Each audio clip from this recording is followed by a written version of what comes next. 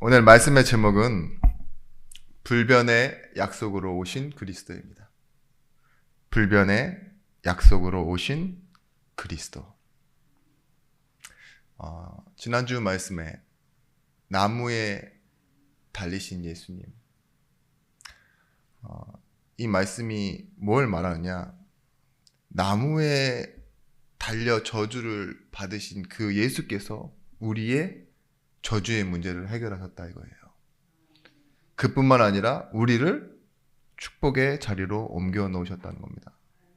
에발산의 저주에서 그리심산의 축복으로 옮겨진 자, 이렇게 말했는데 그 저주와 축복이 동시에 있었는데 하나님이 우리를 무엇으로? 약속으로 우리를 그 자리로 옮겨 놓으셨다, 이렇게 말씀드렸어요.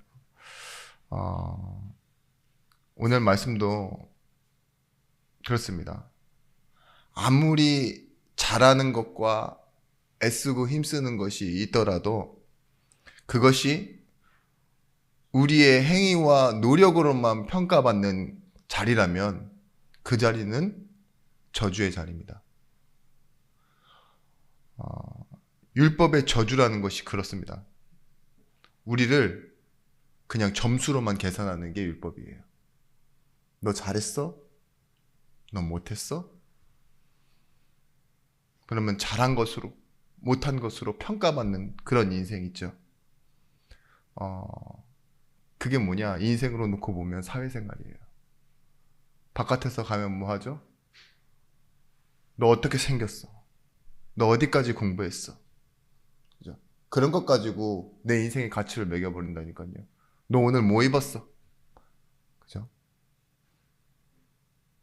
집에서 10년이 넘은 그런 다 찢어진, 그리고 구멍이 난, 거기다 빨지도 않은 옷을 입고 있어도 뭐예요? 집에서는 뭐하죠? 나는 사랑받는 사람이에요. 가치 있는 사람이에요. 나 공부 못했어. 나 말 안 들었어. 나 지금 되게 불편해. 그래도 뭐예요? 집에서는요? 점수가 없어요. 점수 자체가 없어요. 그쵸? 그게 축복의 자리라고요. 최근 연예인들 이렇게 갑자기 동시다발적으로 몇 명의 연예인들이 이름이 거론되면서 은퇴설이 나오고, 그죠? 구설수가 올라오고 이랬는데, 그게 뭡니까? 30년 전 일이래잖아요. 그리고 얼마 전 일도 있지만 그 사람들 대단하게 남들은 하지 못하는 그런 인기도 있고 명예도 있고, 그죠? 능력도 있는 사람들이잖아요. 그렇다 할지언정 그게 뭐예요? 점수제예요, 점수제. 네가 그렇게 훌륭한 일을 많이 했으면 뭐하냐?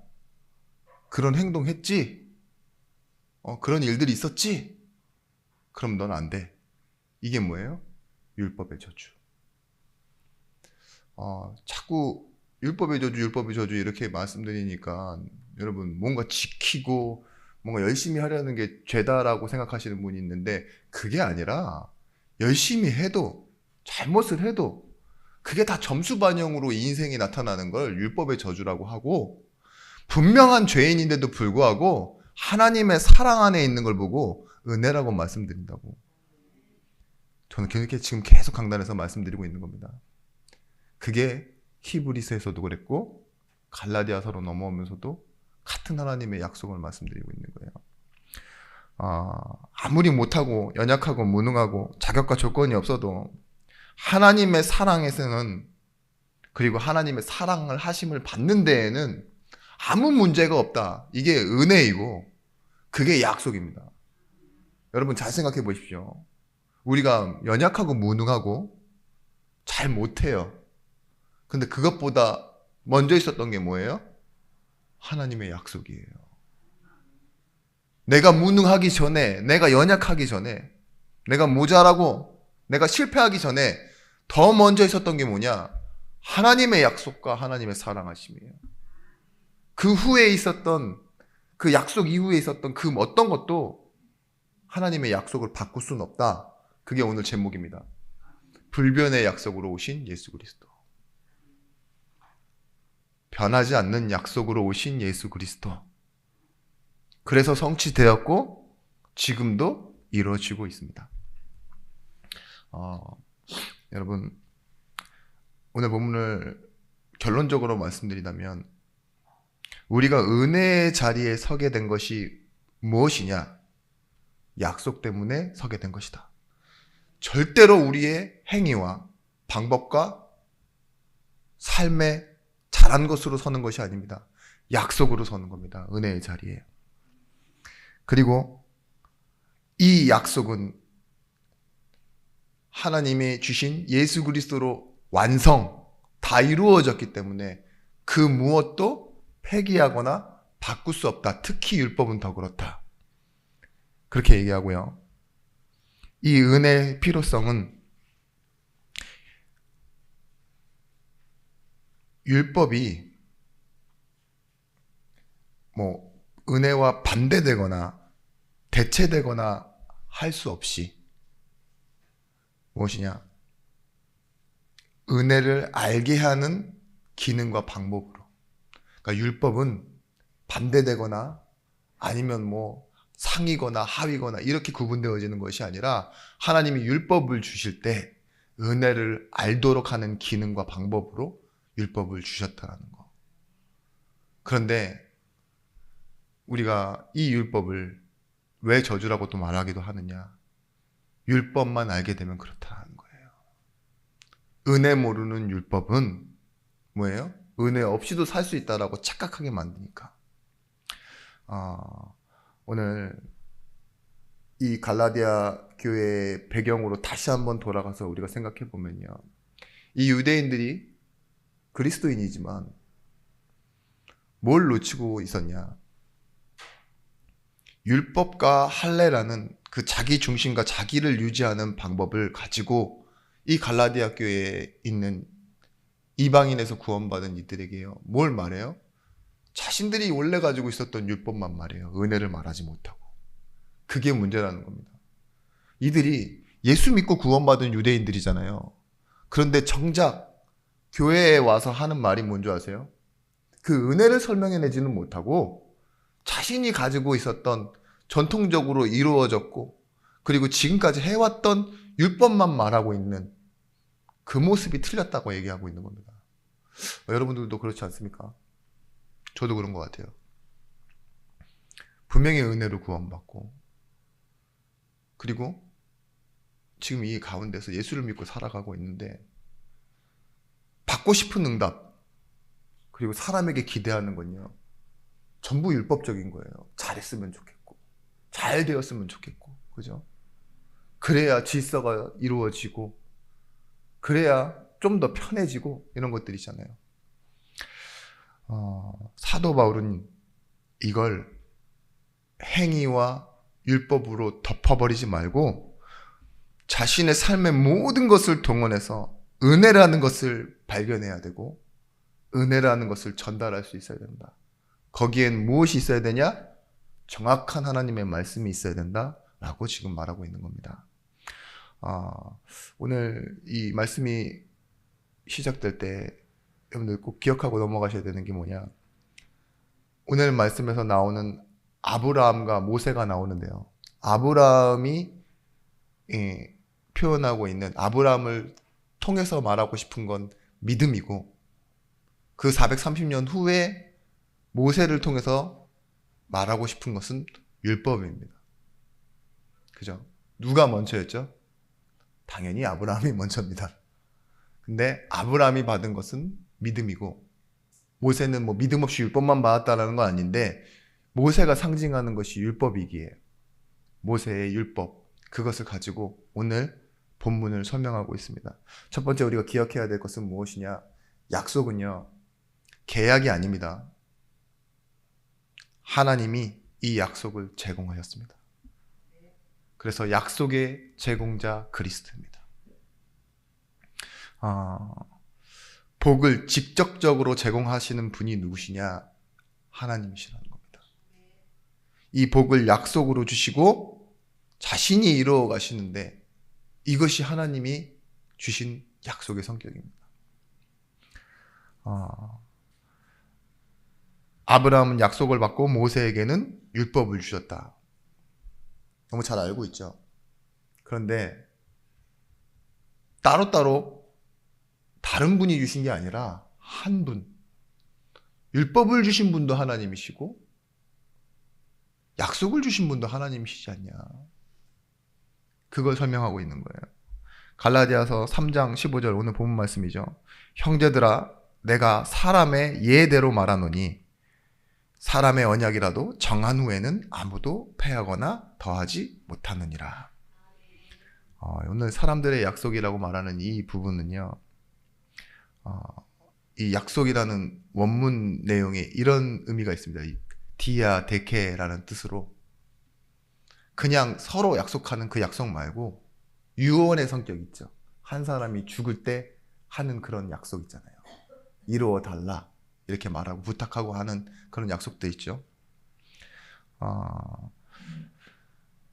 하나님이 우리에게 이 약속을 주실 때요, 유언적인 성격을 가지고 약속을 주셨다는 거예요.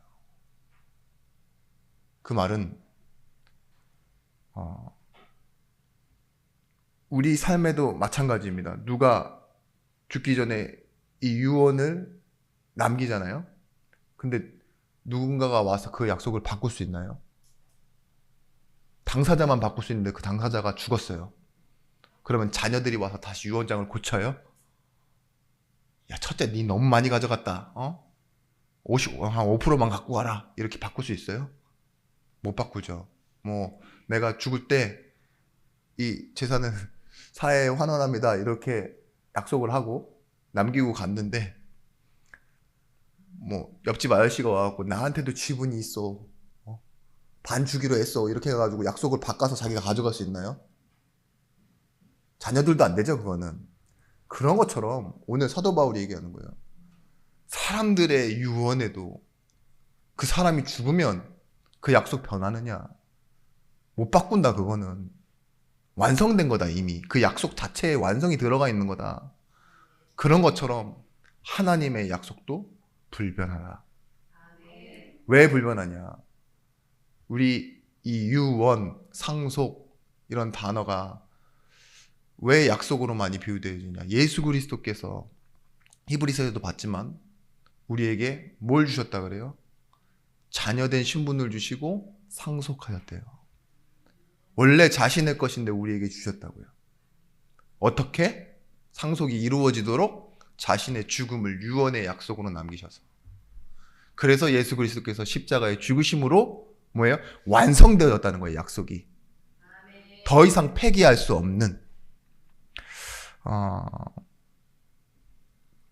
갈라디아 3장 6절 말씀에 아브라함이 하나님을 믿음에 그것을 그에게로 의로 정하셨다 함과 같으니라. 그런즉 믿음으로 말미암은 자들은 아브라함의 자손인 줄 알지어다. 또 하나님이 이방을 믿음으로 말미암아 의로 정하실 것을 성경에 미리 알고 먼저 아브라함에게 복음을 전하되 모든 이방인이 너로 말미암아 복을 받으리라 하였느니라. 그러므로 믿음으로 말미암은 자는 믿음이 있는 아브라함과 함께 복을 받느니라. 잠깐만 복습해보면 이 아브라함의 복은 혈통적인 거나 민족적인 것이 아니라 하나님의 약속을 받은 사람들은요, 아브라함처럼 복을 받고 아브라함의 복에 참여한 자가 된 거래요. 다시 설명드리면 아브라함처럼 복을 받는다라는 건 우리의 행위와 노력과 자격과 조건이 아니라 아브라함처럼 부르셔서 복을 주신다는 거예요. 그러니까 우리는 그 시작되어지는 축복 속으로 들어간다는 거죠.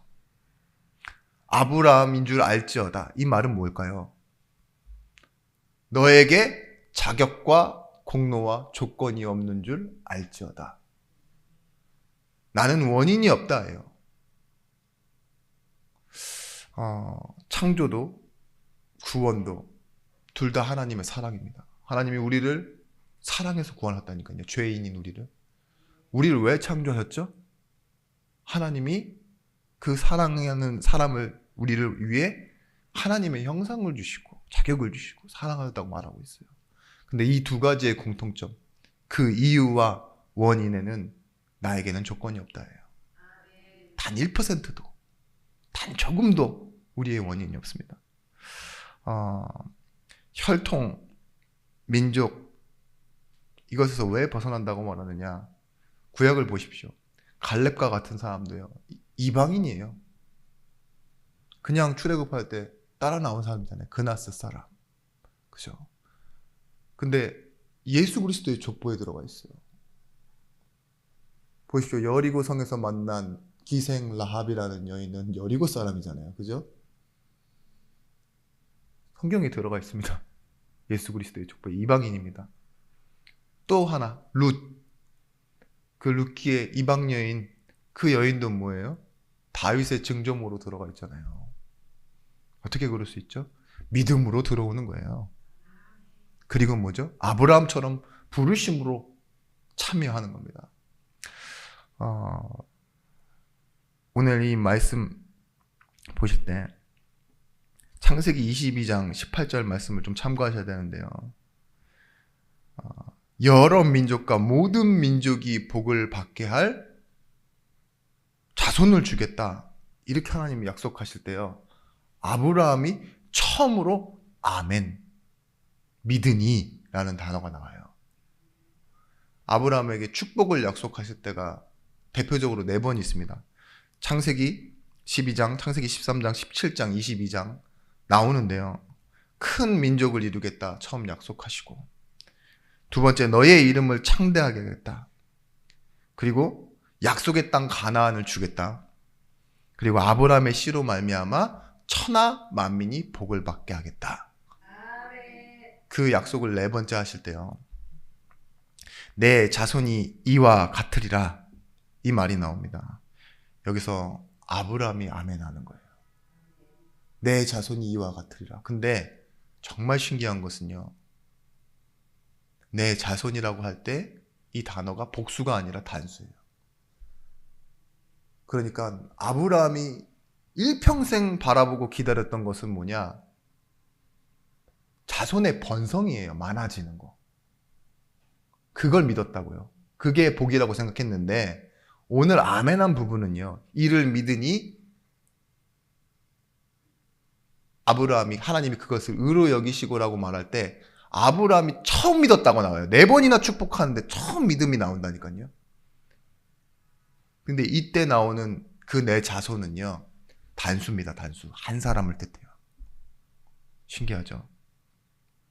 여기서 믿음이라는 단어는 법정 용어입니다. 어떤 말이냐? 아브라함 스스로 자기의 어떠한 방법과 노력과 어떤 생각의 조합을 통해서 의지를 통해서 믿었다라고 하는 것이 아니라요. 법정 앞에 서서요. 많은 근거와 증거가 제시되고 난 후에 뭐예요? 증인 인정하십니까? 피고 인정하십니까? 이랬을 때요. 네, 잘못했습니다. 그럴 때 뭐하죠? 선고가 되어지잖아요. 결국은 선고되어지는 거예요. 불인정해도 선고가 되죠. 근데 그런 것처럼요. 하나님이요. 아브라함을 앞에 두고요. 수많은 약속과 자신의 일하심과 자신의 방법을 가지고요. 다 설득해 놓으시고 아브라함아 믿느냐? 했을 때요. 아브라함이 인정합니다. 이게 믿음이에요. 믿음의 조상 아브라함에 대해 믿음의 성격을 말하라 그러면요. 하나님이 다 해놓으시고 하나님이 다 인도하시고 그리고 뭐예요? 그 입에서 믿음이라는 단어가 터져 나오도록 그렇게 설득하시는 게 믿음입니다. 여러분, 전 이 부분에서 참 놀랐어요.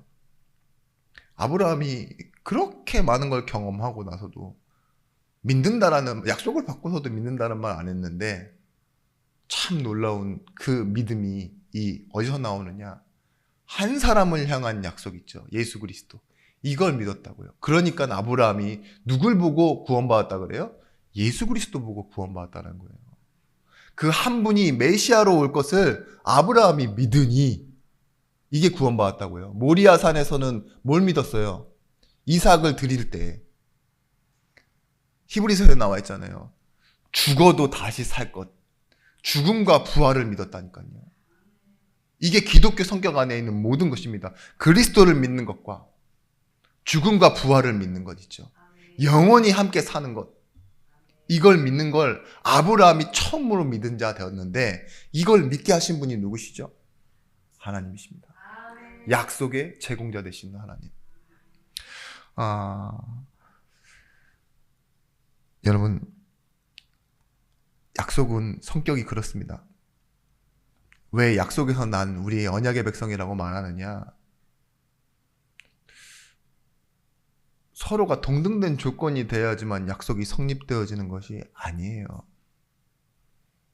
무슨 말인지 알겠죠? 율법의 저주 아래에 있다라는 것을 조금 의역하면 내가 잘 살아내서 돈도 좀 벌고 좀 남들보다는 좀 더 부모님한테 잘해야지만 내가 자녀로 인정받는 그런 시스템이 아니에요. 부모가 낳아놓는 순간부터 자녀입니다. 아시죠? 애가 장애가 있어요. 말을 엄청 안 들어요.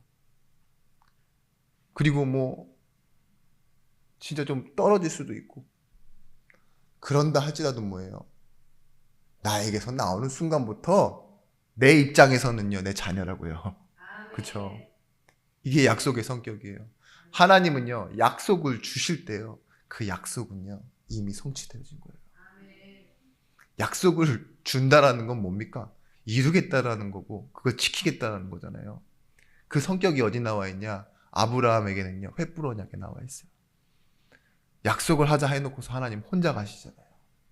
이 약속을 지키지 않으면 필요하는 맹세인데 횃불 하나가 나타났어요. 그 사이로 혼자 가버려요. 아브라함은 졸고 있음에도 불구하고. 그렇듯 일방적이지만 우리에게는 하나님의 완전한 약속. 그것이 우리에게는 구원인 줄 알고 오늘 우리는 감사해야 합니다. 이 약속들은 아브라함과 그 자손들에게 말씀하신 것인데 여럿을 가르쳐 그 자손들이라 하지 아니하시고 오직 한 사람을 가르쳐 내 자손이라 하셨으니 곧 그리스도라. 3장 16절 말씀입니다. 모든 열방이 그리스도로 말미암아 받을 복은 모세의 율법으로 폐기할 수 없다. 이 말이 3장 17절 말씀입니다.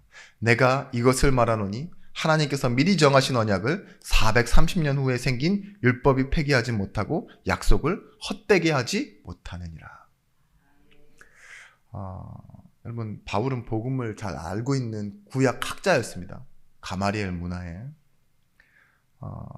근데 이 부분을 순서를 모르면 뭐예요? 이들처럼 오해할 수 있으니까요. 유대인에게도 갈라디아 교회 성도들에게도요. 이 시제를 설명하는 거예요. 시간상 하나님이 뭘 먼저 하셨냐? 언약을, 약속을 먼저 주시고 뭐예요? 430년 후에 모세에게 율법을 주신 것이다. 여러분, 그런즉 믿음으로 말미암은 자들은 하나님의 아브라함의 자손인 줄 알지어다. 이 말이 무슨 말이라고 했습니까?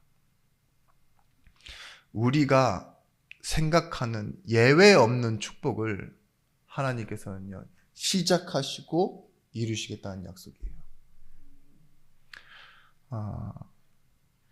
우리가 할례에 대해서 나왔을 때도 아브라함이 먼저 부르심을 받고요. 12장에 15장에는 어떻게 들어갔냐? 의롭다 하심을 먼저 받아요.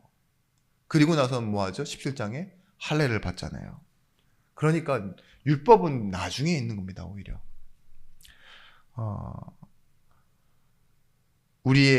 좀 적용해보자면, 우리의 어떤 실수와 무능함과 잘못, 그리고 성장하지 않는 이 연약함으로도요, 하나님의 약속을 막을 수는 없어요.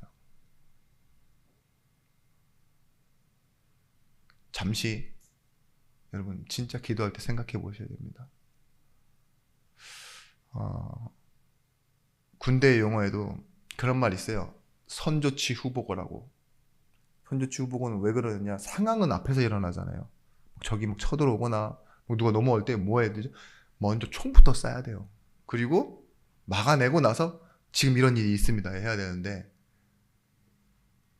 나중 보시면 다 와갖고 하는데 지금 왔습니다. 나한테 총을 쐈습니다. 전 죽습니다. 이렇게 할 수는 없잖아요. 그죠? 그런 것처럼 군대는 작전 지역에서만큼은 선조치후 보고예요. 빨리 보고부터 하고 처리해야 될 건 그렇게 하지만 작전 지역에서만큼은 그렇다고요. 이와 같은 성격으로 얘기하면요, 선약속 후율법이에요. 하나님은 약속을 먼저 주셨고 후 율법을 주셨습니다.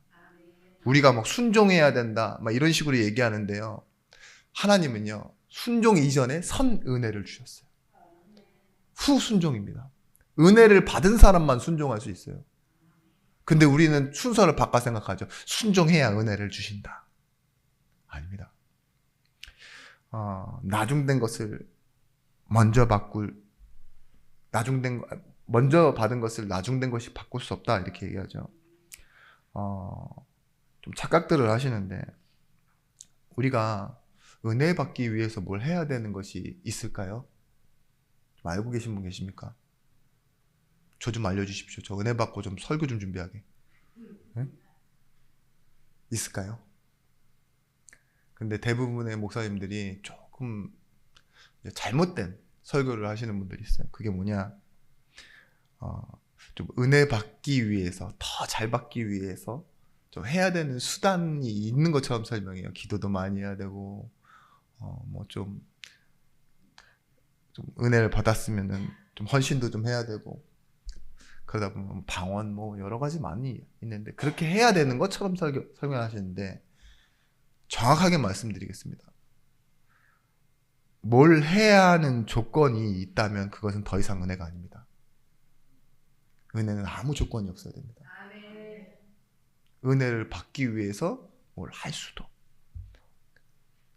그리고 우리가 은혜를 안 받기 위해서 뭘 안 할 수도, 막을 수도 없는 거예요. 그게 은혜입니다. 히브리서 9장 16절 말씀에 유언은 유언한 자가 죽어야 되나니 유언은 그 사람이 죽은 후에야 유효한즉 유언한 자가 살아있는 동안 효력이 없느니라. 여러분, 십자가는 2000년 전 약속이라고 생각하시는데 2000년 전에 예수 그리스도께서 십자가에 죽으신 거죠. 그러면 멀리 있는 일이냐? 아주 오래된 일이냐? 아닙니다. 그때부터 법적 효력이 발생한 거예요.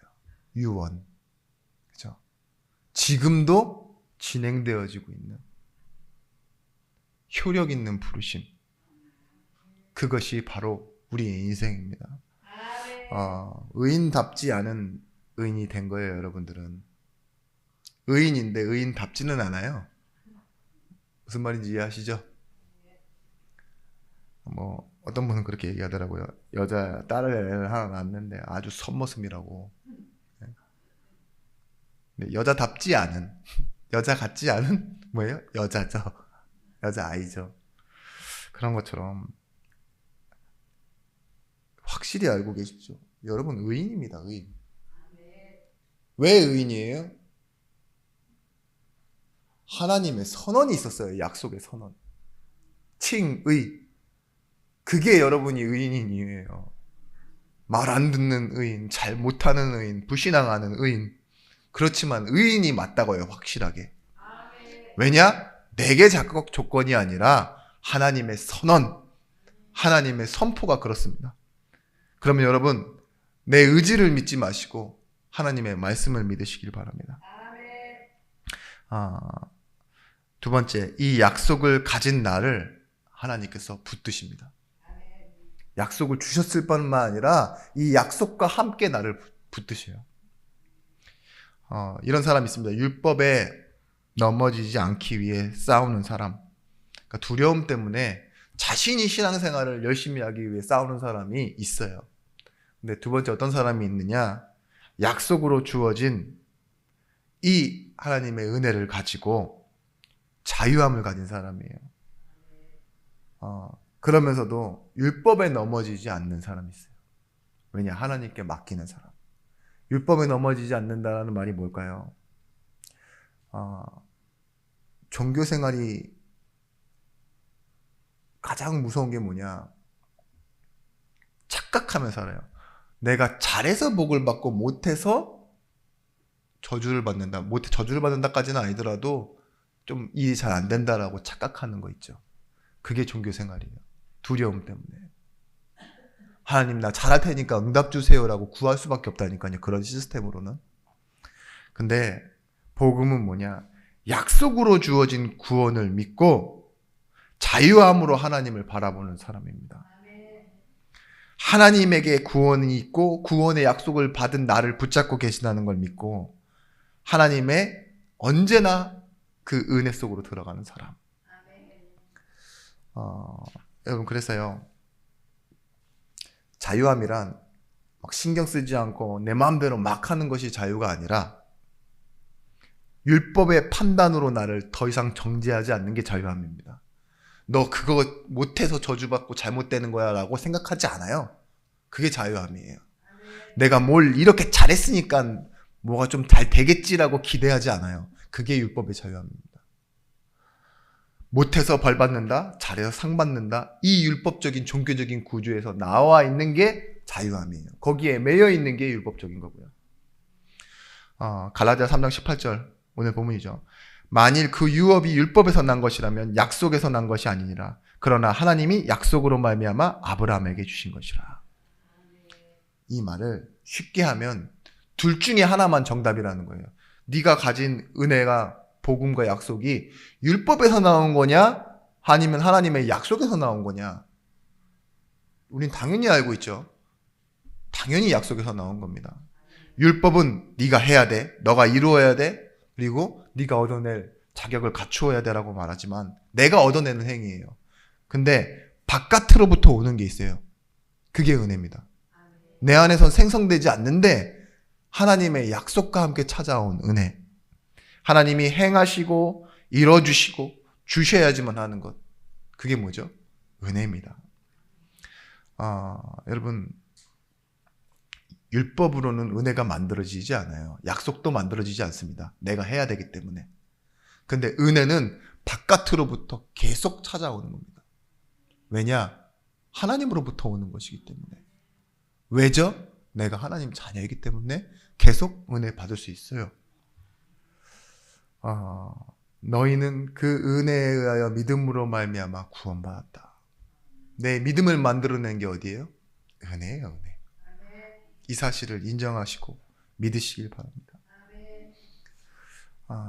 유업과 상속, 내 자람으로 받는 것이 아니라 원래 하나님 건데 내게 주시는 거죠. 그와 같이 다른 복음은 없습니다. 다른 복음은 틀린 복음입니다. 뭔가 더해서 더 괜찮아지고가 하는 게 아니라 아예 틀려버린 복음. 오늘 이 바울은 복음의 중요성을 본질로 설명해냅니다. 무엇이냐? 복음도 율법도 하나님이 주신 것이지만 반드시 구별해야 된다. 은혜는 복음의 약속을 만들어내지만 율법은 약속을 만들어낼 수 없다. 이렇게 설명하고 있는 거죠. 종교개혁자 루터가 이렇게 설명했습니다. 율법과 약속, 복음은 반드시 구별해야 된다.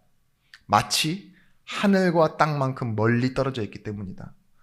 복음이 율법과 분명하게 구분되지 않으면 참된 기독교의 교리는 건전하고 더럽혀지지 않은 채 보존될 수 없다. 이 말은 뭘까요? 율법과 약속이 섞여지는 순간 뭐예요? 기독교는 더 이상 은혜의 종교가 아닌 다른 종교랑 다를 바 없는 진짜 자기가 행위로 하고 행위로 받는 그런 더럽혀진 종교가 될 수밖에 없다고 그렇게 종교개혁자 루터가 얘기했던 거예요. 그래서 여러분 율법을 오용하는 사람들이 있습니다. 이제 율법은 폐기로 됐다. 더 이상 필요 없다. 잘못 생각하고 있는 겁니다. 제가 계속 율법을 저주라고만 얘기하니까 율법을 저주라고만 생각하시는 분 있는데 그게 아니라 하나님이요. 아브라함을 부르시고 의로 여기시고 믿음을 주셔서 그리고 나서 뭐 하죠? 율법을 주세요. 그죠? 이 이스라엘 백성들이 출애굽을 은혜로 하잖아요. 그리고 홍해를 은혜로 건넙니다. 세례를 받은 거잖아요. 그리고 율법을 주세요. 은혜 받은 자에게 율법이 필요한 거예요. 순서상. 율법이 인생을 지켜주는 겁니다. 그 율법이 무엇을 말하는지 우리가 세 번째 기억하셔야 됩니다. 율법을 가지고 은혜로 넘어가는 거예요. 우리에겐 반드시 율법이 필요합니다. 그게 지난주 말씀이에요. 근데 다 설명드릴 수 없어서 나무에 달린 자 예수님만 설명드렸는데, 오늘 그 율법을 가지고 어떻게 은혜로 넘어가야 되느냐. 구원받은 자가 계속 은혜를 필요로 하게끔 만드는 것이 율법입니다. 이 루터가 그 다음에 붙여놓은 말이 뭐냐. 율법의 중요한 점은 사람을 더 좋은 존재로 만드는 것이 아니라, 율법이 하는 방법이 뭐냐. 더 나쁜 존재로 만들어낸다는 거예요. 즉 그들에게 죄를 보여주는 것이다. 오히려 실패함으로 죄를 범한 범법자로 만들어내는 것이 율법이다. 그것을 알므로써 그들은 겸손하고 놀라고 상처받고 깨어지기 하기 위해서이다.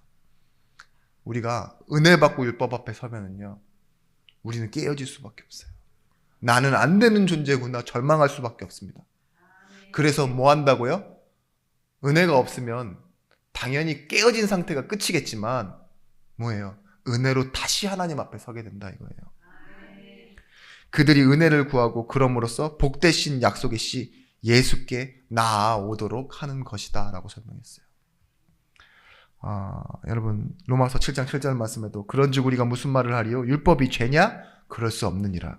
율법은 죄가 아니라는 거죠.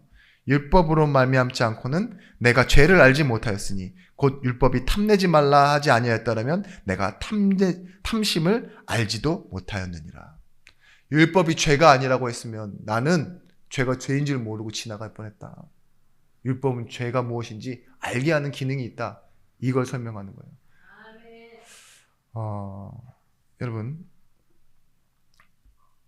이같이 율법이 이제 다음 주에 나올 거예요. 3장 24절 말씀. 이같이 율법이 우리를 그리스도께로 인도하는 초등교사가 되어 우리로 하여금 믿음으로 말미암아 의롭다함을 얻게 하려 함이라. 율법은 초등교사래요. 옛날 성경에 몽학선생이라고 나오죠. 아주 기초이고 기본인데 꿈을 향해 갈 수 있도록 기본을 만들어주는, 이걸 다시 어떻게 번역했냐. 초등교사. 아주 필요한 걸, 가장 중요한 거 알려주는, 기초를 알려주는 초등교사라고 설명했어요. 우리가 어디서 보면 알 수 있느냐. 다윗을 좀 보면 알 수 있는데요. 다윗이 어땠죠? 실패가 거의 없었던 사람처럼 보여지잖아요.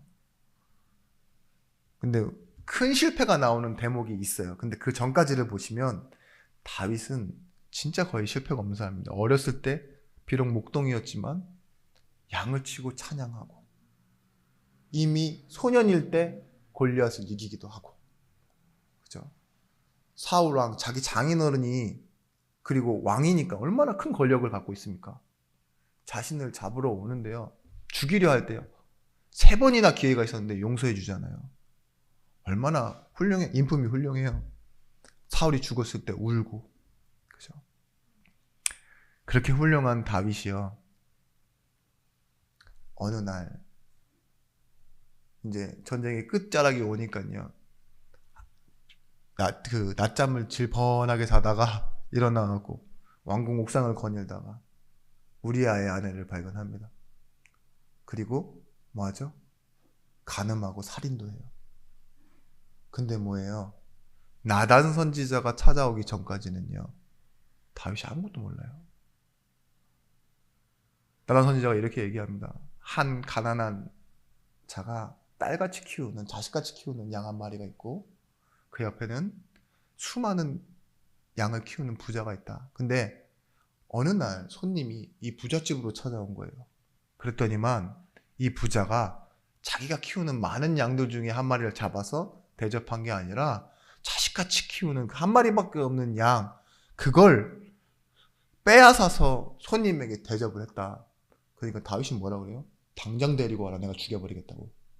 그죠? 근데 나단이 얘기하죠. 그게 멉니다. 그러니까 다윗이 다리 힘이 풀려 주저앉아요. 꽉. 왜 그럴까요? 몰랐어요. 그렇게 훌륭하게 인생을 살았던 다윗이요. 죄를 죄라고 하지 않으면 죄인 줄 몰랐다니까요.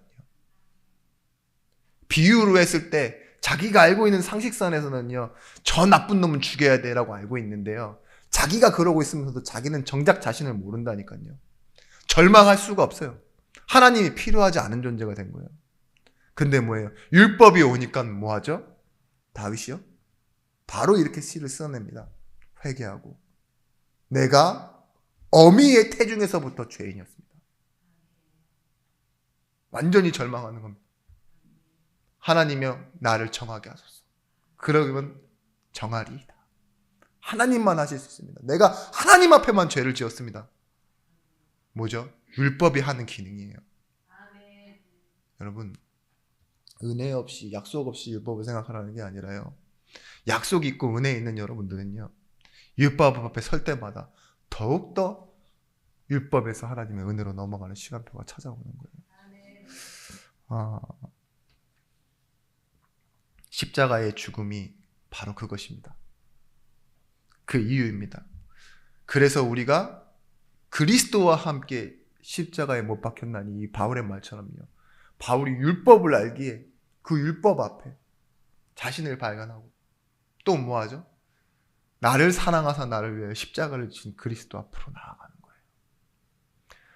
거예요. 율법 때문에 예수 믿는 자를 핍박하고, 그죠? 율법 때문에 바울이 그렇게 살았잖아요. 근데 뭐예요? 은혜 때문에 복음을 전하고 자신이 핍박을 당할 수 있었던 겁니다.